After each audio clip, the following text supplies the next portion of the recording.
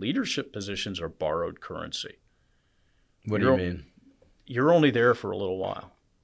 You're borrowing that position, just like you're borrowing the rank, and you're borrowing it from people who have come there before you. You're not going to be there forever.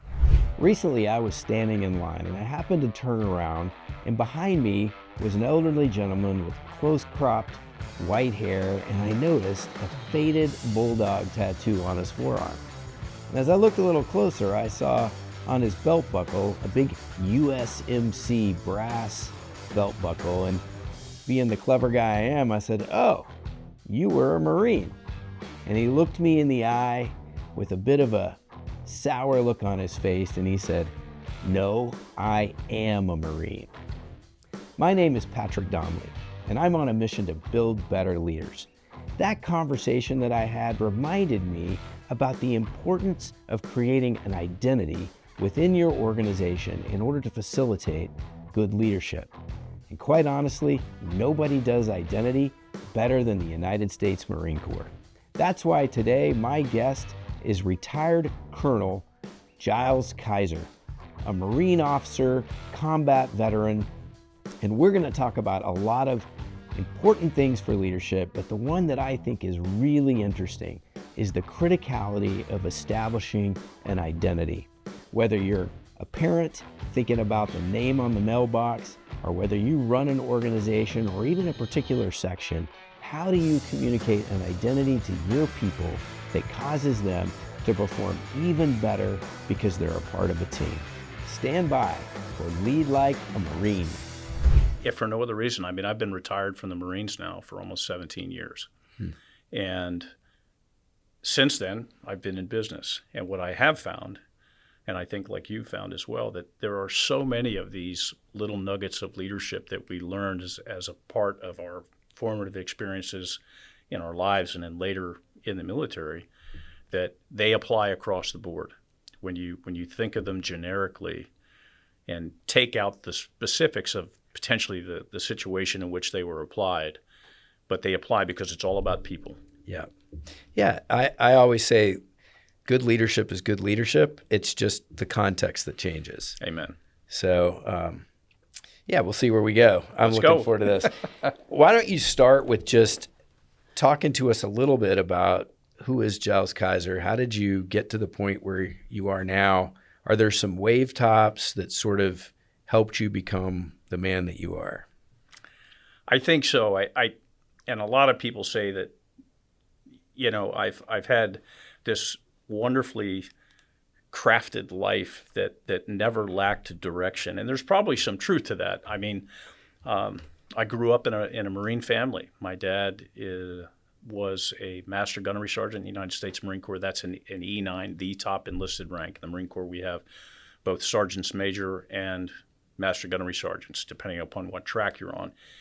The consequence of that was that as a young man, I grew up around some incredibly gifted leaders, men who had seen combat in World War II, Korea, Vietnam.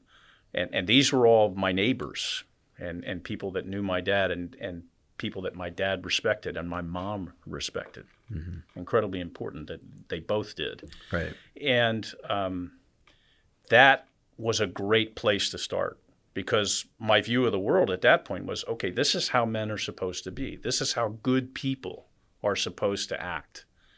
And so that is sort of how I started. And then going through high school, being in the Boy Scouts, being surrounded by, I thought were some tremendous assistant scout masters and who were leaders in their own right, many of whom were military, sort of reinforced that.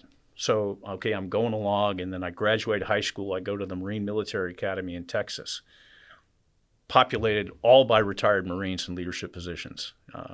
My drill instructor was a guy who lied about his age, World War II, went to World War II, Korea, Vietnam, retired as a sergeant major. Then I go to the Naval Academy. So young man, I have these great examples. Marine Military Academy, great examples. I go to the Naval Academy, and there were two sort of seminal moments there. One was when I was a plebe, and the commandant of the Marine Corps showed up to do a lecture to the entire brigade of midshipmen. We called them Forrestal lectures. And the second was when a new Marine officer took over as the head Marine at the Naval Academy, Colonel John W. Ripley. So I digress a minute and I'll go back to General Barrow. General Barrow was larger than life. So here's this young man who's grown up around Marines, just left the Marine Military Academy. Now he's a plebe at a place where John Lejeune went to school. Mm-hmm. And the commandant of the Marine, the grand poobah of all Marines, comes to address the entire brigade of midshipmen. So we're all there in Halsey Fieldhouse, and out walks this 6'2", rock-hard, square-jawed Marine in dress blues. Mm-hmm. Wow. The visual impression was amazing. But he walks slowly onto the stage. He puts his hand on his hip, not akimbo, but sort of just rests his full face hand on his hip. And he looks across the crowd, and in this beautiful Southern drawl, he says, "Ladies and gentlemen, tonight I will speak to you of audacity." And at that point, 4,500 midshipmen, you couldn't have heard a pin drop. He had every single midshipman in that room in the palm of his hand. Mm. Because he wasn't talking about technical things, or he wasn't talking about academic classes, or he was talking about the essence of human interaction and what I now know is expected of a leader. Mm. And that's to be audacious. And you can be audacious in a lot of ways. So, okay, that's plebe year. I'm like, okay, man, wow. So you walk out of there, you're ready to charge the hill. Flash forward, a year or so later, and the senior Marine, we had a great senior Marine before, fantastic Marine officer. But then this other icon rolls in to the U.S. Naval Academy, Colonel John W. Ripley, recipient of the Navy Cross. Many folks, and I would agree with this, believe that it should have been the Medal of Honor, but there weren't enough American witnesses. He basically single-handedly blew the bridge at Dong Ha during the 1972 Easter Offensive by swinging out underneath the bridge under fire, pushing explosives along for hours while he's being shot at. Primes it electrically. The electric thing doesn't blow. He primes it by then going out mechanically and literally crimping blasting caps with his teeth. Blows the bridge, basically stops the offensive in 1972. But then when you research him and you learn about his life, everything in his life had prepared him for that moment. Hmm. Those little things. He used to go hand under hand under a railroad bridge, going across the New River in Radford, Virginia. Used to drive his mom nuts. Yeah. Drove the police nuts too, apparently. But he would do that. It just all of the things in his life that he did prepared him for that moment. But so this is the example we all have. We have the bookends of my time there are General Robert Barrow, the Commandant of the Marine Corps, and then Colonel John W. Ripley. And his family, by the way. So, that's the next sort of guidepost in my life. And then being a Marine, then being exposed to just magnificent Marine officers and enlisted Marines and peers along the way who served as such great examples to me and always raised the bar for me. And me trying to reach that bar is something that I've been, I think, committed to for a long time. I never quite reach it, but I try. Yeah, man, some good stories there. And there's a couple of different strings that we could pull. Let's start, though, with just the importance of identity, because from your birth, you were enmeshed in this Marine Corps identity. I don't know that you had an option, really, which sounds to me like it was all foreordained. But you have these wonderful parents, a senior enlisted Marine for a father. You're surrounded as a kid by these war heroes and amazing masculine examples. that sort of reinforced what your father had shown you. Then you get to the Naval Academy, and it just seems like over and over again, you're seeing an identity that is consistent with what your initial impressions of what does it mean to be a U.S. Marine. And as I think about my own life and the people I've met and the officers whom I've been privileged to serve with, I don't think anybody anywhere in the United States does identity as well as a Marine Corps. And I'm just curious, some people would write that off as like, oh, that's just, those are just advertisements or that's all concocted. But that hasn't been my experience watching and meeting the Marines that I know. How important do you think that identity of this is what it means to be a Marine, how deliberately is that done? How real is that? And how impactful was it for you, both as a young Marine and then as a, growing in seniority Marine that's trying to pass that on to younger people? That's a perfectly crafted question that I think defines Marines at their core, not CORPS, but CORE core. It is exceptionally deliberate. The Marine Corps as an institution is incredibly proud of its history to the point of obsession.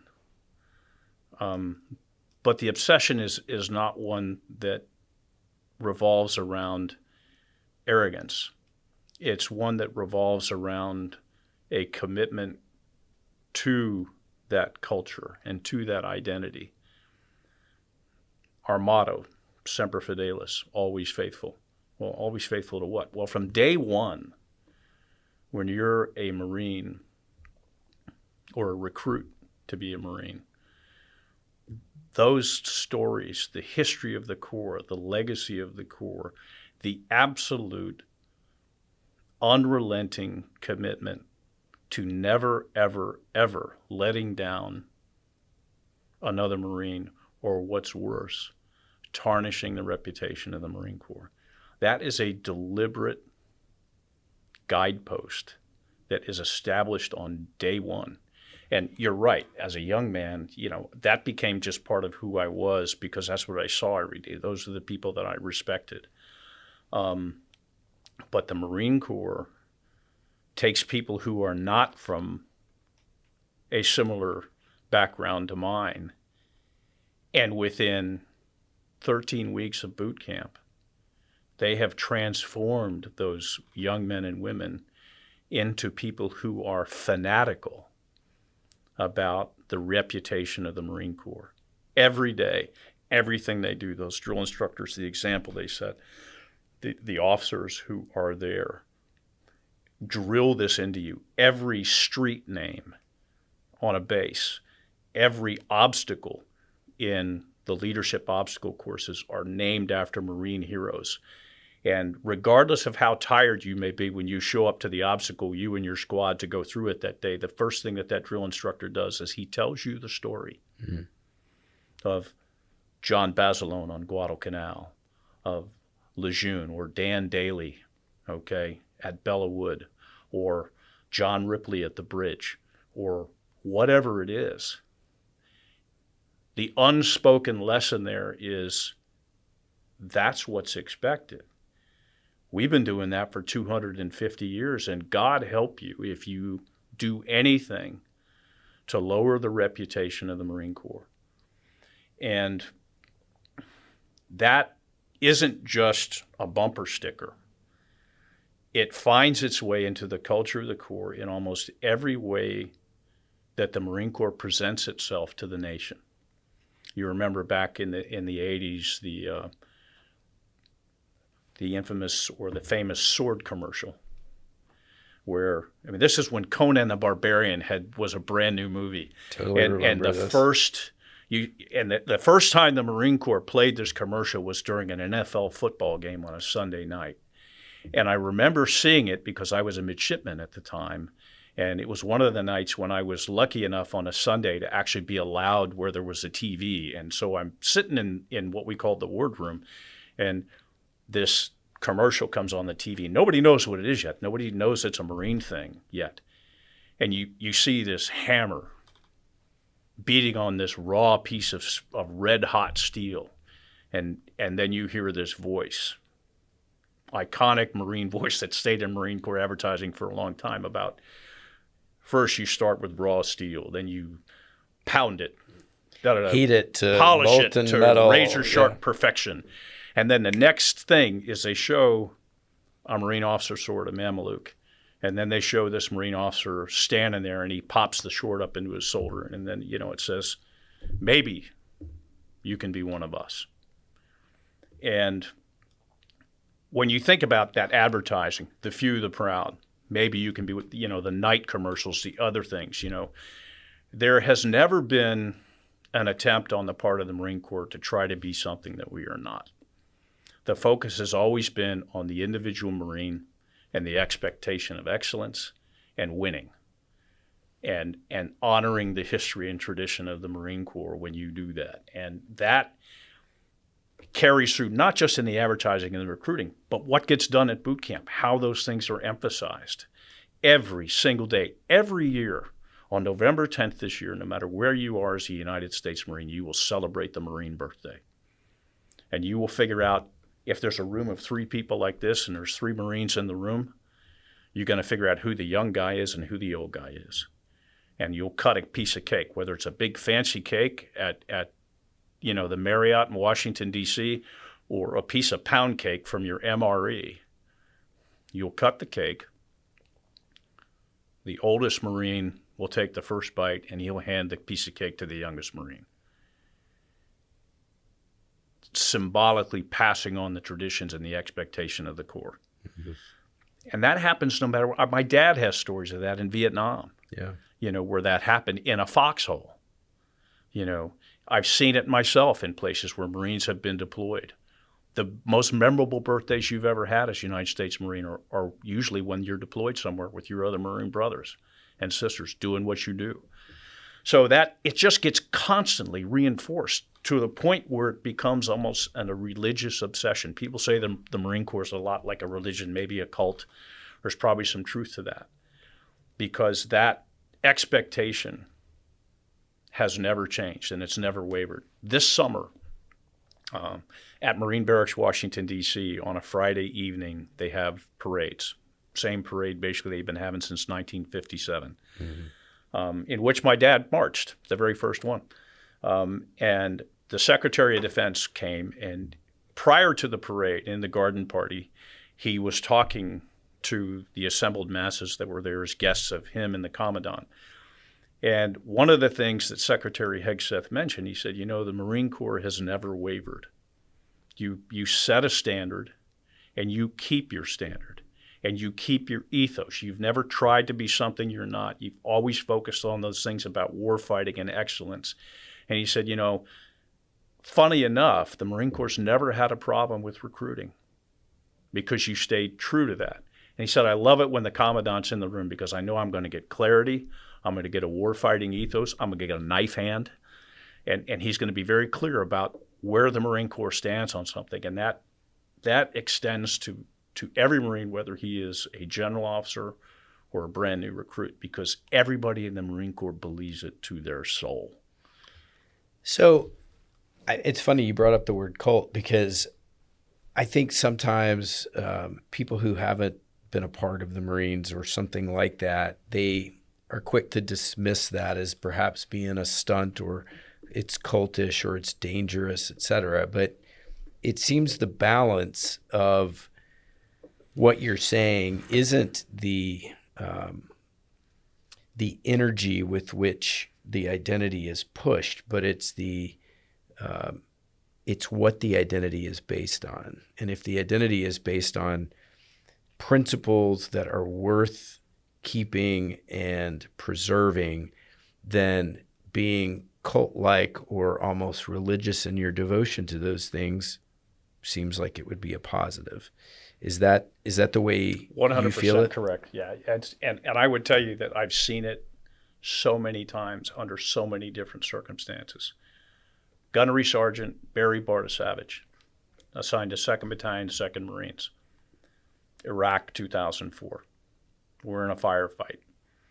Big no man's land in the middle between the Marines from 2nd Battalion, 2nd Marines, and the enemy. They're in a sort of a ditch, one of these irrigation ditches, and there's machine gun fire and RPGs flying back and forth.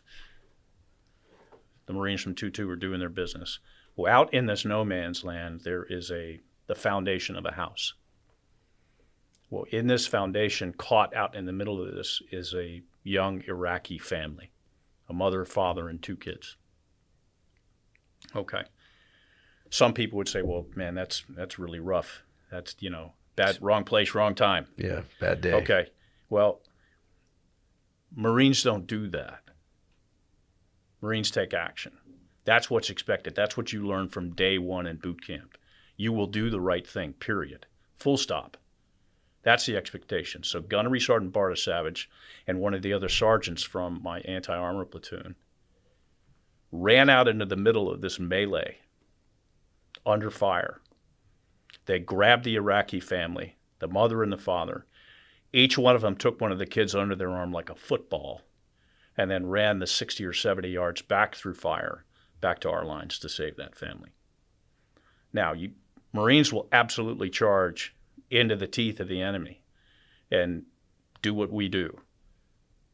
But there's this compassion. Doing the right thing is what is expected of Marines. That's what the American public expects of us. Yeah, we're going to do it like a hammer, but we're going to do it for the right reasons. And that doesn't happen. That's not an accident. That's the consequence of 250 years of tradition.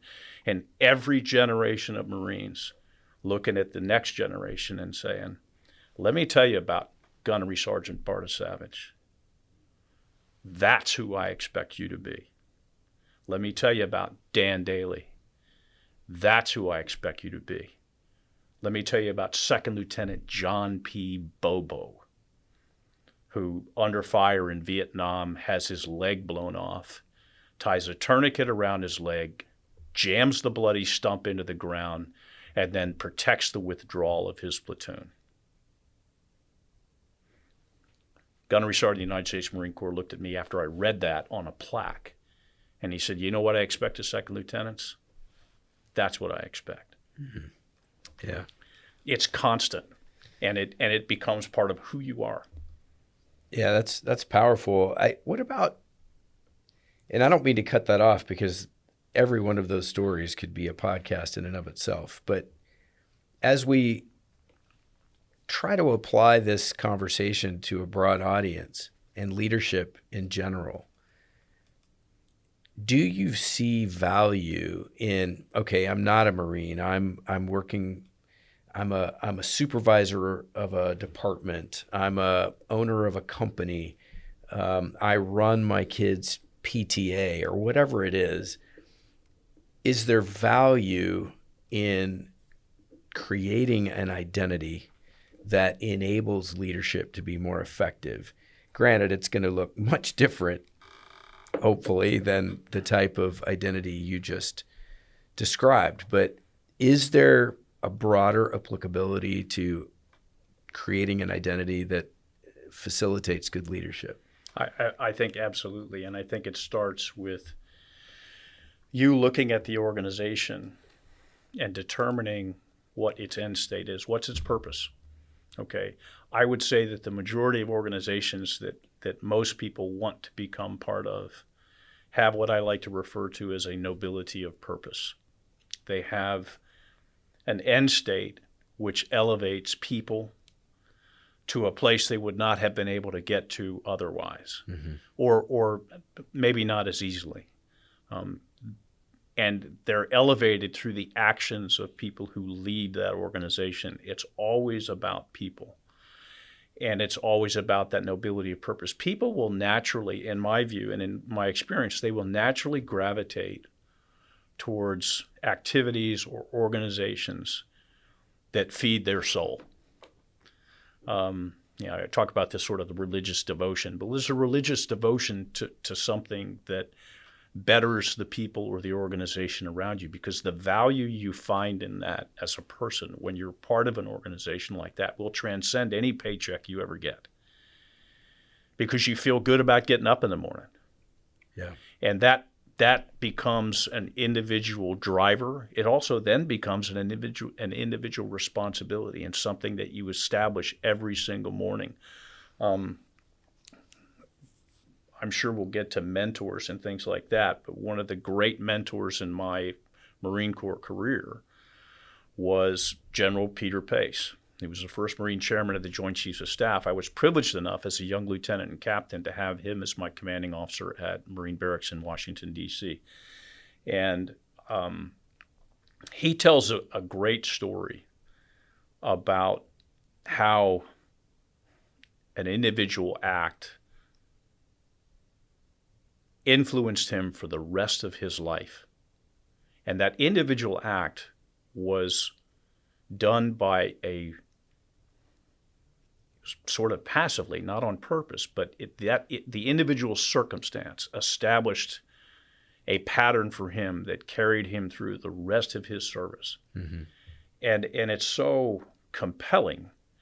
He was a brand new second lieutenant, just out of the Naval Academy and the basic school, and gets assigned to a unit in Vietnam where he joins his platoon as a platoon leader during the battle for Hue City. He literally has to swim across the Pearl River to get to his platoon, gets to his platoon, and he starts fighting on-the-job training at its finest. And then this is in February of 1968. Flash forward to July of 1968, and he's out in the hinterlands, and one of his Marines, Lance Corporal Guido Ferranero, is killed instantly by a sniper with a shot directly to his chest. And when General Pace tells the story, it's so compelling because it set a standard for him at the time. He was at a crossroads. He was infuriated by the fact that Lance Corporal Ferranero had been killed by a sniper from this village. And he was so angry that he immediately said, we're going to take action. So he gets ready to call in an artillery strike on the village. Would have completely leveled and destroyed the village. And as he's doing it, and he's calling the coordinates in, and his platoon sergeant, a staff sergeant, is looking over at him, he could tell by the look in the staff sergeant's eyes that what he was doing was wrong, and it wasn't the right approach. He took a breath, he backed off, and then they chose a different course of action. They got online, swept through the village, couldn't find the sniper. The only people that were inside the village were women and children.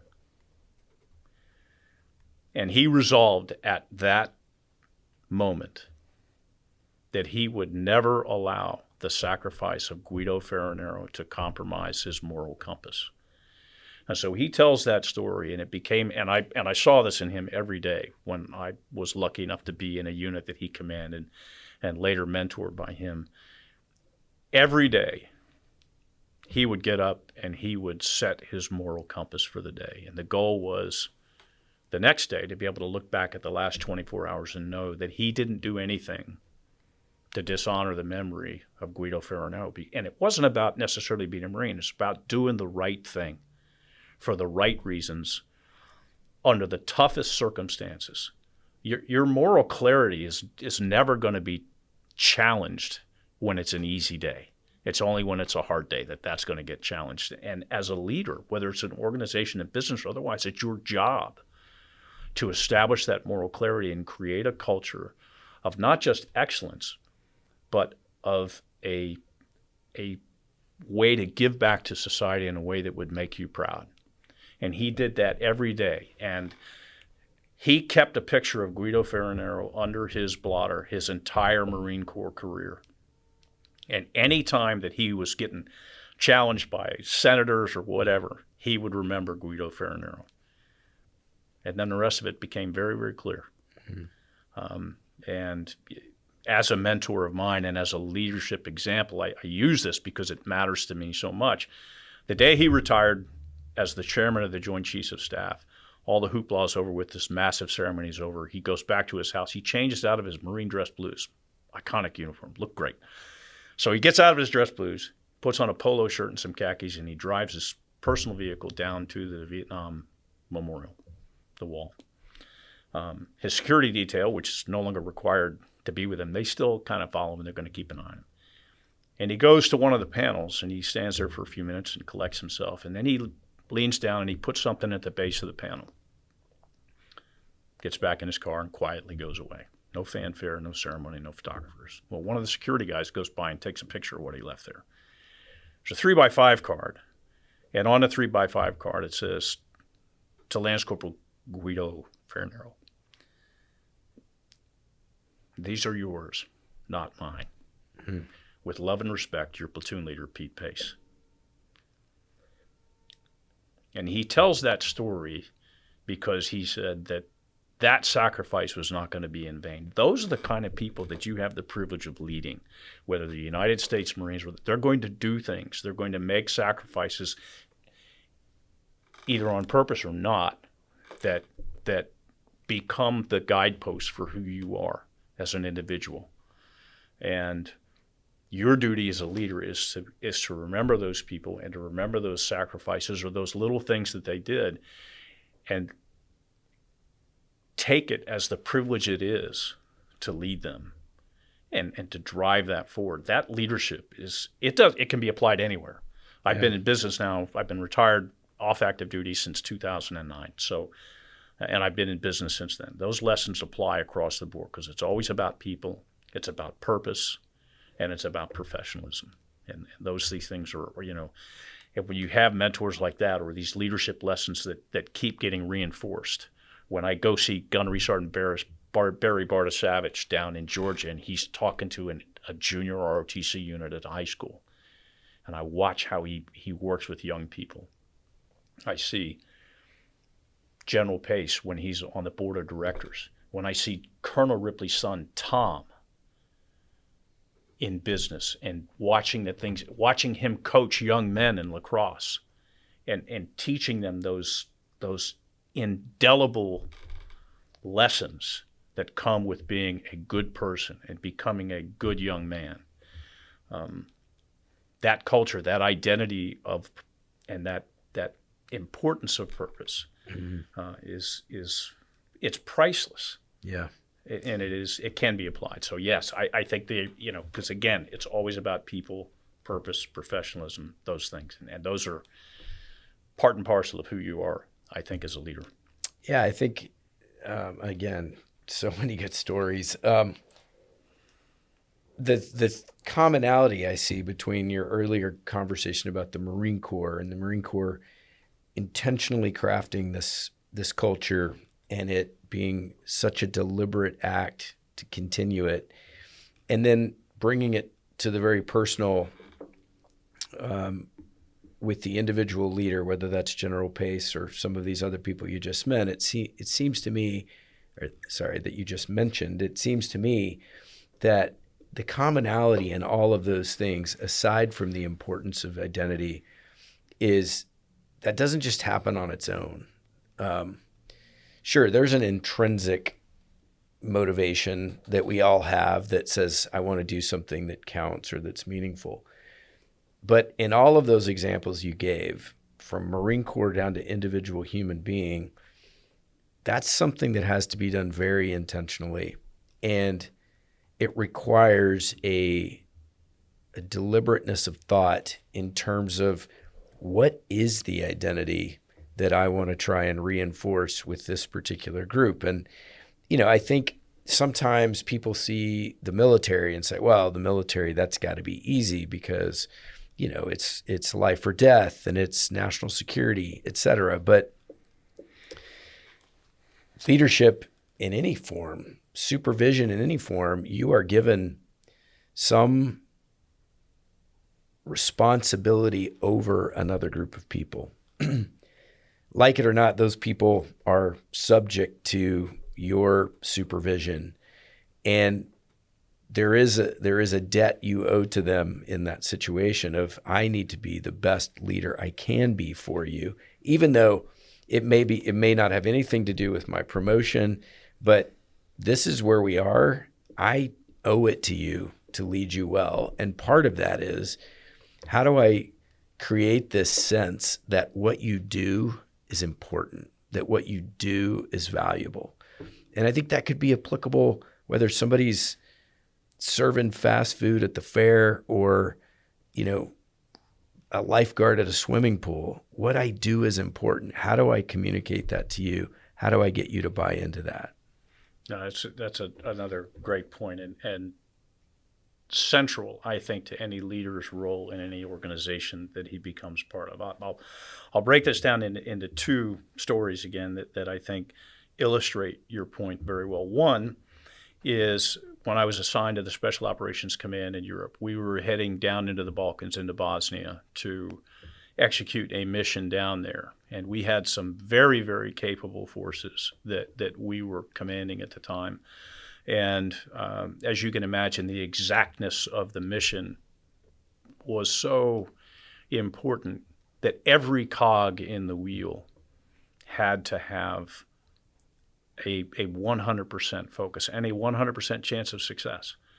And I remember prepping for one of those missions, and there was a great young communications sergeant who was working on some of the communications gear. And I happened to be with our commanding general at the time, Brigadier General, United States Army Special Forces, Eldon Bargewell, absolute legend in the Army and in the special operations community, and magnificent mentor. General Bargewell noticed that there wasn't something quite right about the sergeant. He was doing a great job no problem with the comms gear, but he was so in tune with every single person within that command. He knew when something just didn't look right, smell right, feel right. So he talked to the sergeant. He said, "Hey, what's up?" And the sergeant said, "Well, sir, I'm just a little bummed out. I'm not going to be down close to the point or end of the spear on this." And General Bargewell looked at him. He said, "Your role as part of this team, and we are a team, is so vital." And let me explain something. So he took him to the guys that we would euphemistically call them the door kickers, and say, if these guys can't talk, this whole thing is over before it starts. If they're in trouble and they can't talk, now we're talking about people getting hurt or killed, whether they're part of our force or civilians who happen to be in the area or whatever, if they can't communicate. Your job is almost more important than theirs is. We are all part of a team, and no one is worth more than anyone else here. Mm-hmm. We all have to execute to make this thing work, and that applies no matter where you are and what you're doing. Those things are incredibly important. So making the person understand that he's part of a team. And then you also brought up the fact that you have a responsibility to lead your people well and to not let them down. So I'll digress, and I'll go back to the night before, 24 hours before the invasion of Kuwait in Desert Storm. All of us are gathered in an enormous tent. The unit leaders are gathered in this enormous tent where there's a huge sand table that's been erected by the commanding general of the 2nd Marine Division, General Bill Keyes, Navy Cross, Vietnam, Naval Academy graduate, amazing leader. So briefing this very elaborate plan for breaking through the berms and the defenses that the Iraqis had in the middle of all these oil fires and everything else that are going on. This briefing is given to all of the officers. And at the end of the briefing, this grizzled old colonel who was a Vietnam veteran and probably had forgotten more about combat than anybody in that room at the time, except maybe General Keyes. And he says, "Okay, are there any questions?" And there were a couple of sort of small ball questions, softballs that came out there. Yeah. But then this one second lieutenant. I'm a captain now at this point. I've been promoted to captain. I'm the XO of a rifle company that's there. So this second lieutenant pipes up and he says, "No, sir, I got a question." And so he questions one of the key elements, which is how the units are going to orchestrate getting through these breach lanes and the minefields. And so the colonel, he listens to the question very respectfully, and he doesn't jump on the second lieutenant. And he says, okay, he explains it to him, this, and this. And the second lieutenant is not convinced. Okay, so already we're thinking, okay, here's the second lieutenant questioning a colonel. Okay, so the first time he does the question and he aggressively pursues the question, like guys around him start to step back. Right. Like, okay, I'm not going to be in Frag the pattern. estimated casualty radius of an exploding colonel when this guy just tears this guy apart. So the second lieutenant listens to the first answer to the question. He goes, no, sir, I still don't get it. Because I think this X, Y, and Z is going to happen, and this is why. So now the colonel, you can tell the hair on the back of his neck standing up a little bit, and so he looks at it and he goes, no, let me say it again. So he walks through again, a little more detail, shows him this, that, and the other. Young lieutenant, still not convinced. Okay. Third time says, no, sir. You just said this, but here's this, and here's that, and here's this.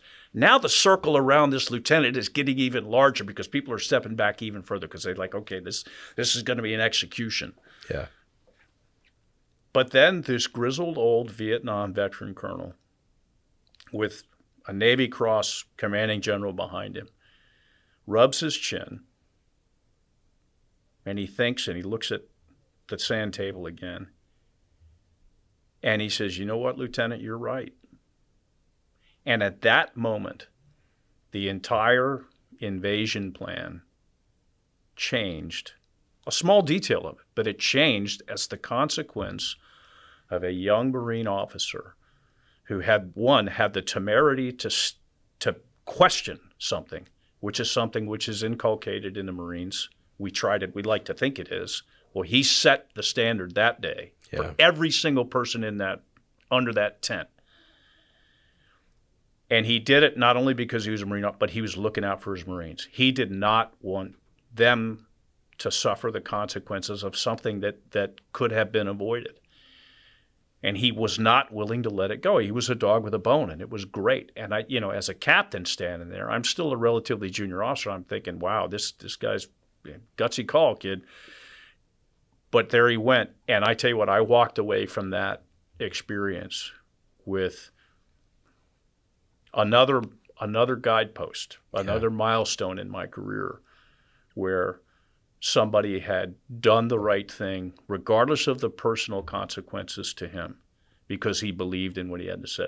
And that's leadership at its best. And that, when that case, we talk about it being reinforced a lot of times, and I call it getting my injection of scarlet and gold, the Marine colors. Every now and again, I get another injection of scarlet and gold somehow, some way, somewhere. Well, that was a big one. That was an intravenous injection directly into my aorta from that great, and I wish I could remember his name, but I can't. I didn't know him. He wasn't from my unit. But I was, wow, what a great example he set for all of us in that room. Yeah, because like you said, his focus wasn't,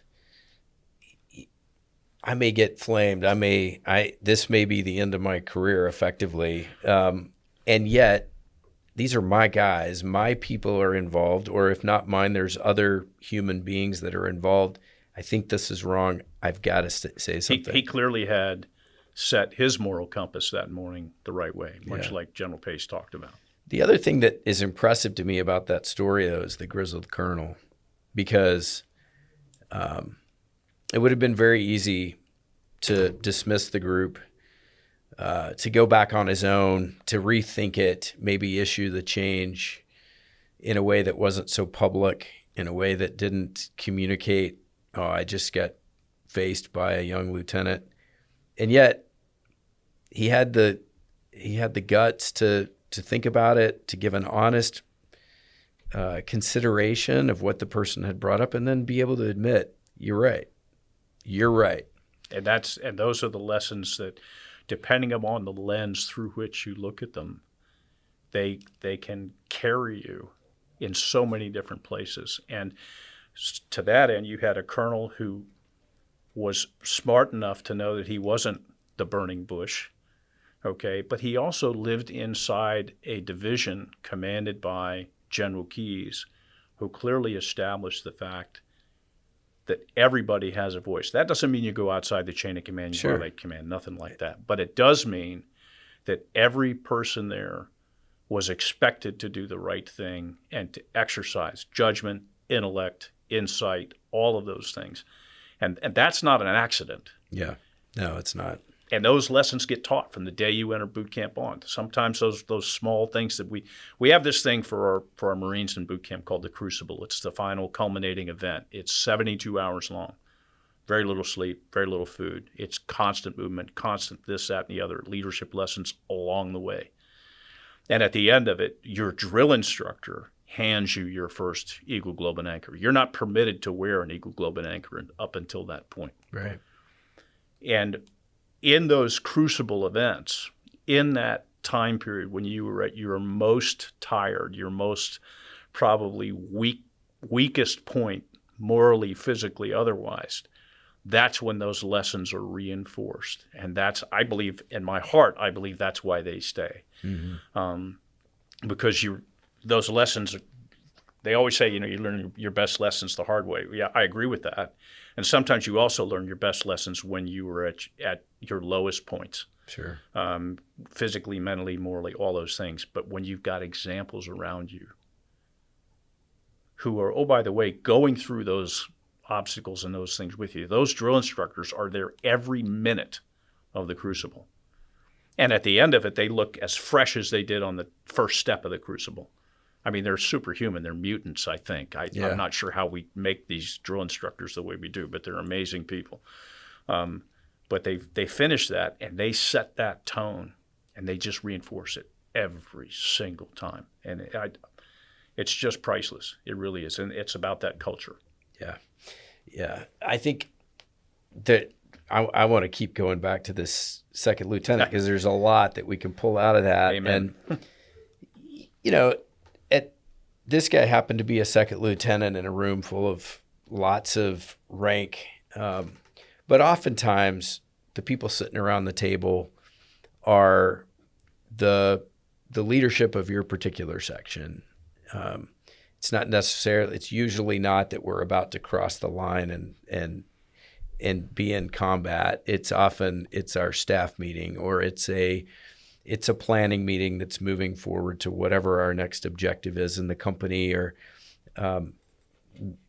whatever the reason that we're meeting. And I think sometimes there is a tendency for those subordinate leaders to shy away from giving their opinion, even if they're pretty sure that there's a mistake being made, because they're more focused on their own future, their own promotion, than they are the good of the organization. And one of the things I've often said is the reason that you wear the rank or you have the position or the title is because you're expected to use it on behalf of the organization. And if you're not willing to use it, you don't deserve to have it.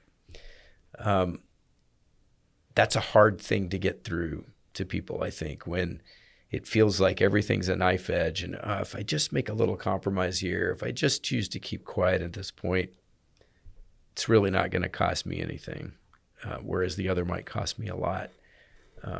Creating that culture where it's okay, and as the leader, it's probably incumbent upon me as the leader to create that sort of an environment where people feel comfortable throwing out that question or raising that objection. Have you seen leaders do that particularly well? Yes. Create that? Yeah. And it was something, and I stole it from from leaders that I was privileged to be around. Two things that come to mind, sort of techniques that worry about it. First off, if you're in a room, you got your whole staff with you, whatever that staff might be. It doesn't have to be a military staff or whatever. As a leader, don't pontificate right out of the gate.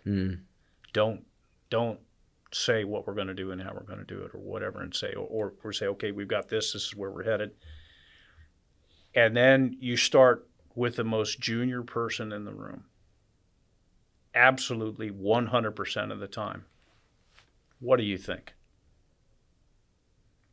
And a lot of times that junior person in the room, particularly if it's the first or second time that he's ever been exposed to that, or they're not comfortable, they go, "Oh, sorry, I think we're great."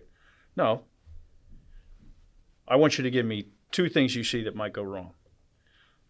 Okay, and so now the guy's on the spot. Whoever that is, he's on the spot. So he's got to come up with something. And if he's been paying attention, that's a good thing. So then he said, "Well, this," and then I like to call it having the 5 whys. And you say, "Well, why is that?" And then you get him to talk a little more. And finally, about number 4 or 5, you actually get to the actual reason why he said what he said. Yeah. And that little back and forth exercise, it can become a little tedious the first couple of times you do it. But then you work your way up from the junior guy to the room to the top end. And oftentimes things are revealed in the course of those conversations that cause your operations officer, your COO, or whoever to kind of reevaluate what he had done and look at it through someone else's lens. Yeah. And it reinforces the team. It reinforces your respect for the most junior person in the room as a leader, and do those things and to listen to what they have to say. Because that's where the rubber meets the road. That's that's where the metal meets the meat in Marine Corps parlance, and I think that's incredibly important. So, as a leader, your point about if you're not doing that, then you shouldn't be in the position. Leadership positions are borrowed currency. What do you mean? You're only there for a little while.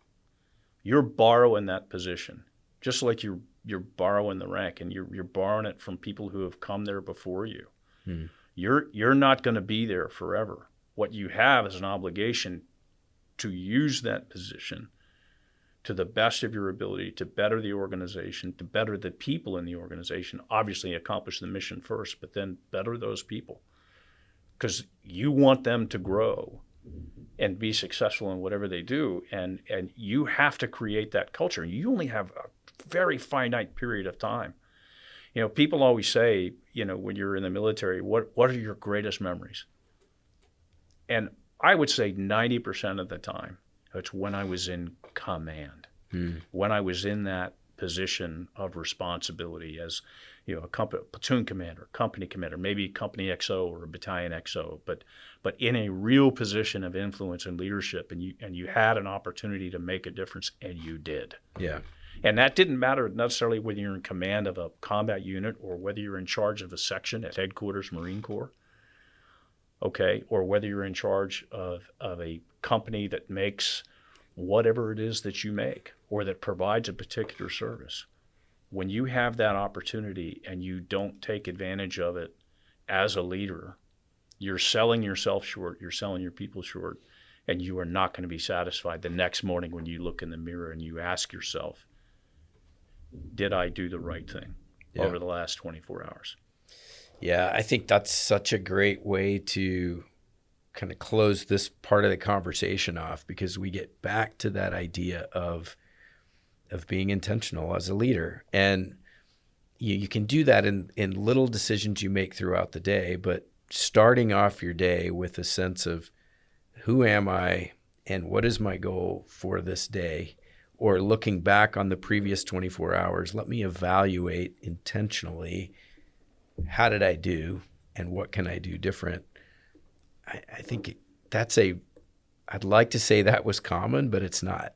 I think most of us are just dealing with life one event at a time, one calendar appointment at a time, forcing ourselves to take a step back and to do some evaluation can really make a tremendous difference in not only how we lead, but just who we are as human beings. Let's shift gears a little bit, because I want to give you an opportunity to talk to our audience about some references or some materials that you would recommend if people are interested in, hey, I want to be a better leader. You're a student of leadership. What are some resources that you might have that you would recommend, regardless of what people's backgrounds are, that sort of exemplify good leadership or lessons that you've taken out of some different resources? That's a great question. I think it's incumbent on any leader to educate their instincts. And particularly in this age of the internet, I mean, you have access to thousands of years of leadership, whether it's business leadership or military leadership or religious leadership or almost anything. Leadership in the entertainment industry, all kinds of different access to those sorts of things. And it is incumbent on you to educate those instincts.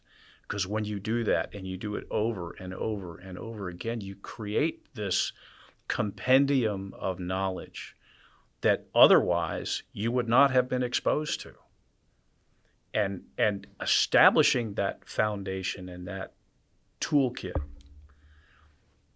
gives you the advantage of those thousands of years of other people's experiences. And people always say, read.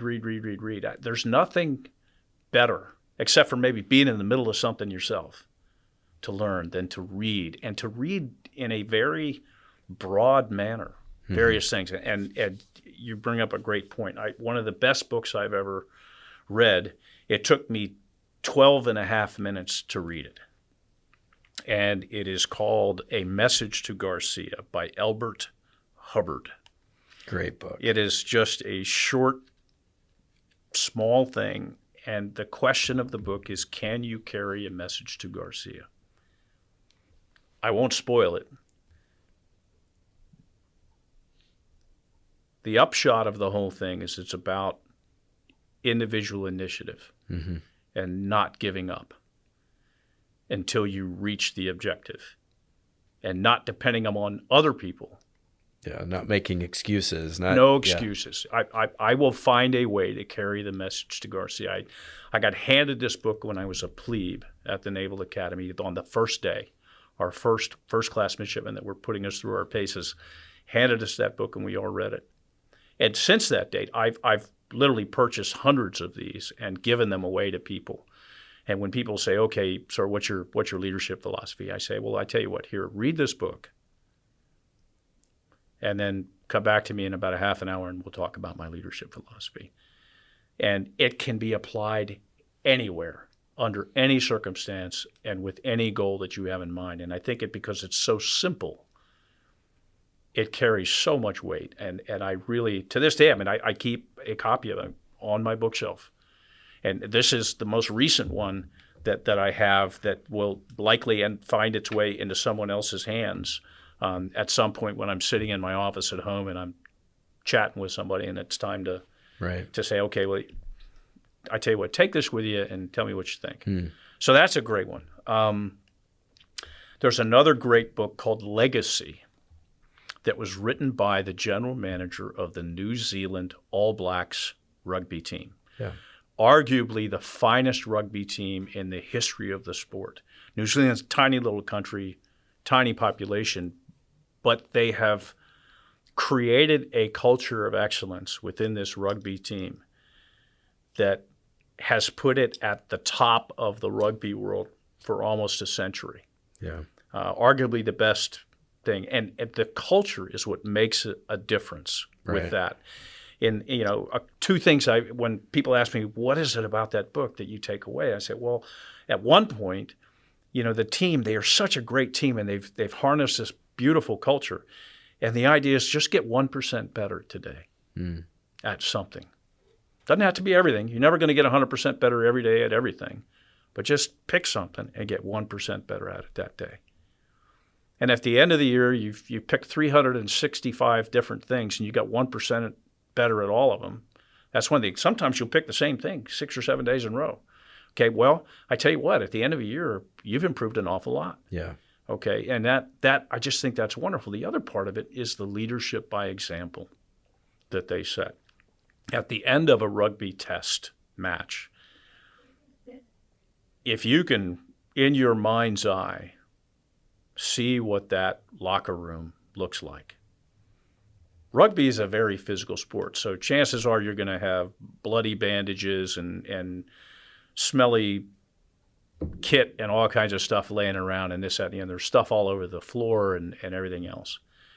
Well, at the end of the match, the New Zealand All Blacks do not have janitors or anybody else come in and clean up their shed, is what they'll call it. They do it themselves. Mm. And the team captain is the one that does most of it. Mm. Can you imagine that happening with, the New England Patriots or somebody like that, where, Tom Brady or somebody's in there cleaning the locker room?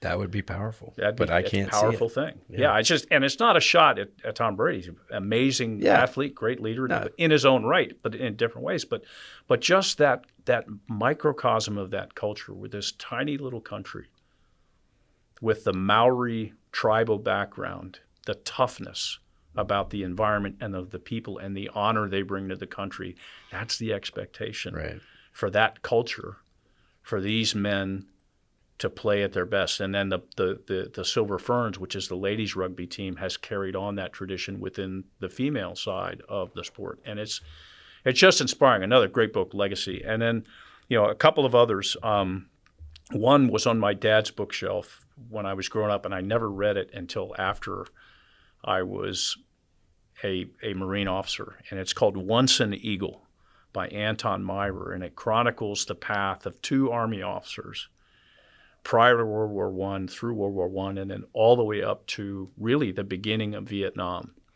And you have two very, very different characters in Sam Damon and Courtney Massengill in terms of how they approach leadership. It's a novel, so it's got a lot of twists and turns and some, I would call, some Hollywood stuff in it. But it's a magnificent novel. It was written in the 1950s by a Marine who had served in World War II. Which I find interesting. He's writing about a couple of Army officers, but clearly Anton Myrer saw in these two men officers that he was exposed to during combat in the Pacific in World War II. It's a magnificent book, and I've read it now 3 different times. I read it when I was a company grade officer, field grade officer, and then I read it again 2 months ago. And it's not a small book. No, it is an investment in time. But I read it 2 months ago. I've been retired from the Marines since 2009, and I find lessons in it every time I read it and reinforce those things. And because I'm looking at it through a different lens now. Yeah. And I think that's an important thing about those resources you talk about. I'm going to plug another magnificent Marine leader by the name of Mike Etour. Mike was an enlisted Marine, drill instructor, went on, got his commission, finished as an officer, was in Beirut, seen combat, kind of been there, done that, got the T-shirt kind of thing. And he's written a magnificent book called Trust-Based Leadership. And I go in and out of that thing all the time. It's inspiring, for one thing, because he's just an inspiring guy. But he has been hired by Fortune 500 companies, Fortune 50 companies, all kinds of different companies to come and talk to their executive leaders as well as the leaders at sort of where the metal meets the meat, down at the lower ends of large organizations, and talk to them about leadership. And it's full of a lot of Marine Corps lessons, but how those lessons can then be applied in business. And he gets right down into the detail of that. Just a magnificent. And it's, again, another one of those injections of scarlet and gold that I need every once in a while. If I need that, I go to Mike Etour's book and I come away, I'm all fired up for the day. And then I guess one of the last ones I would say is Shakespeare. Okay. Henry V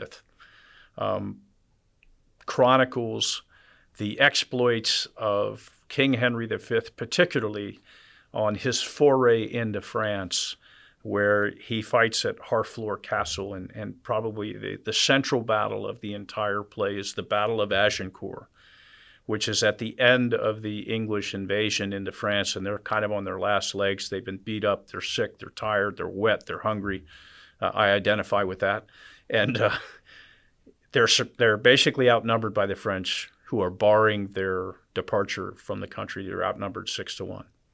And the night before, Henry is praying for guidance. And then the morning of, he comes out, and some of his lieutenants, his seconds, are quite concerned because they're looking at these fearful odds, is how it's referred to by the Duke of Gloucester.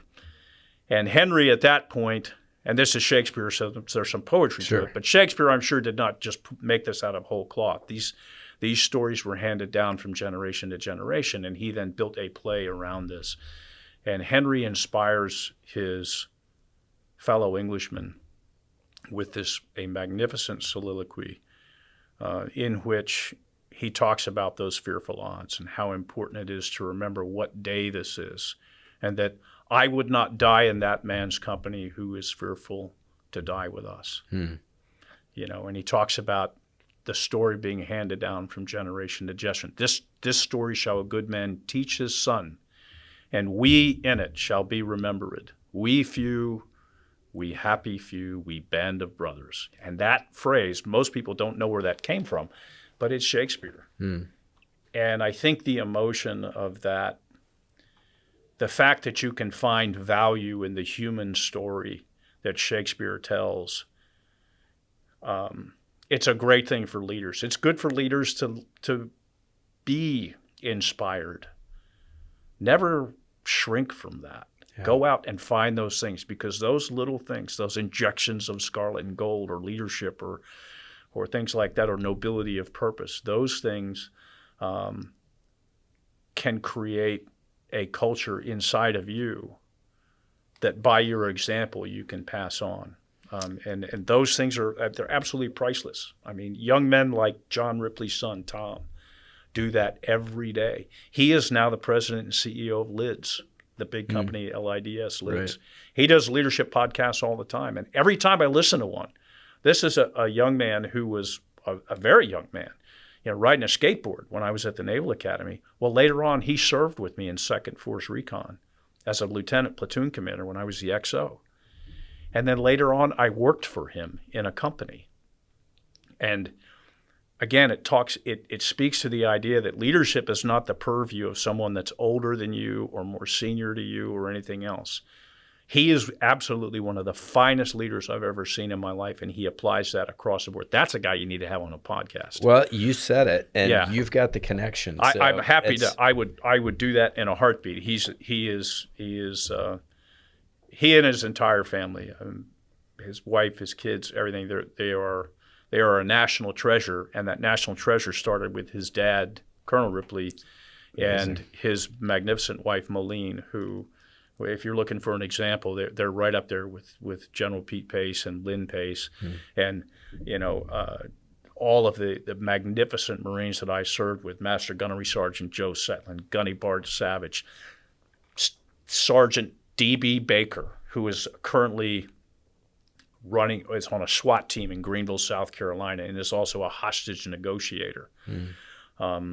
People that set an example and teach you again and again and again what courage is about. Lance Corporal Mike Jernigan lost both of his eyes in an IED strike. Did that slow him down? No.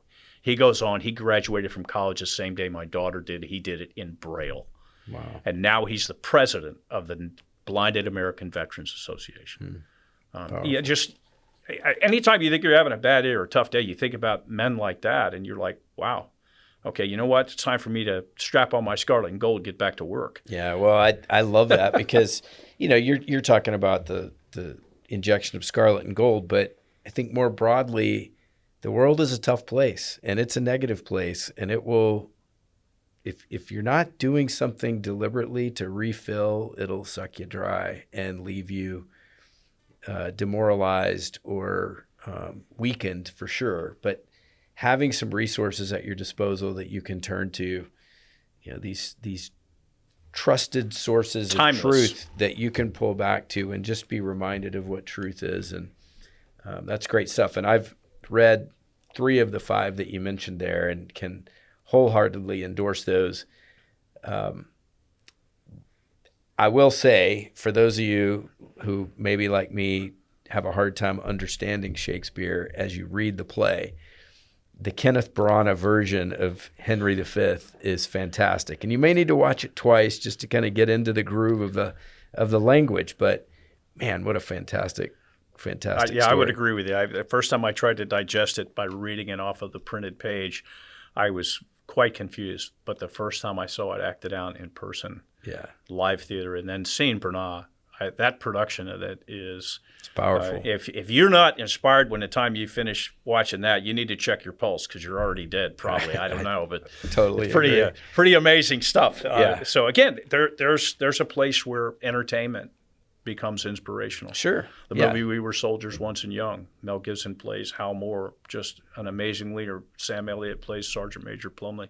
I mean, wow.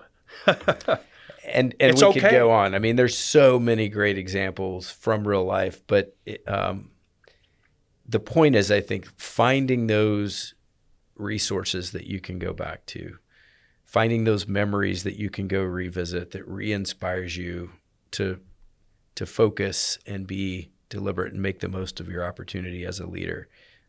Really great stuff.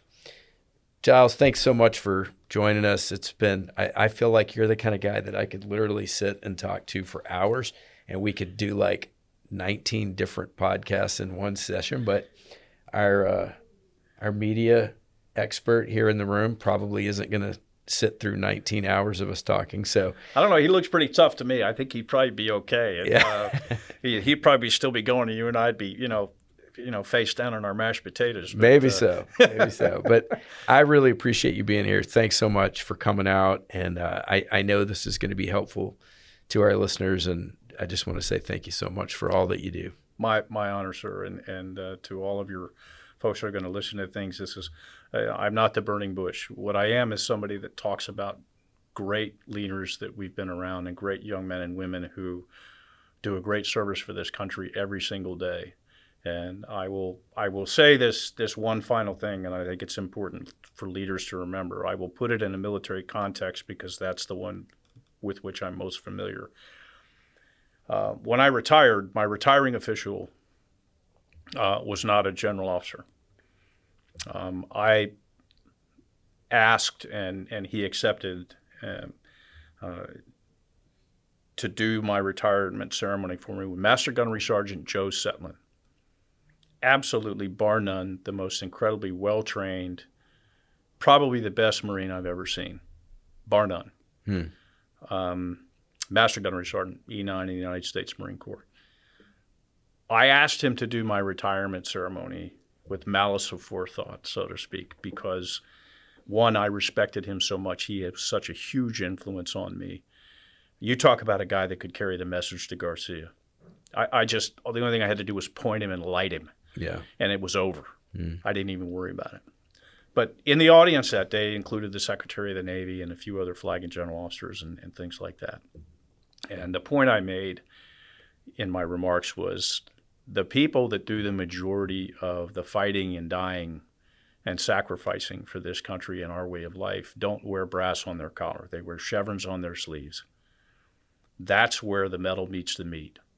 That's where it gets done. And whether that's in business or in the military, those people depend on you to lead them and care for them in a manner that honors 250 years of tradition and honors their service that day. So if you're looking for a way to set your moral compass every day, you just remember that you're going to be in good shape. Great words to end on. Thanks, Giles. Thank you for listening to Building Better Leaders. If you'd like to learn more about the Doolittle Leadership Center or the Leader Development Workshops we deliver all around the world, please visit us at afa.org/DLC. Helping you become a better leader is our passion and our purpose.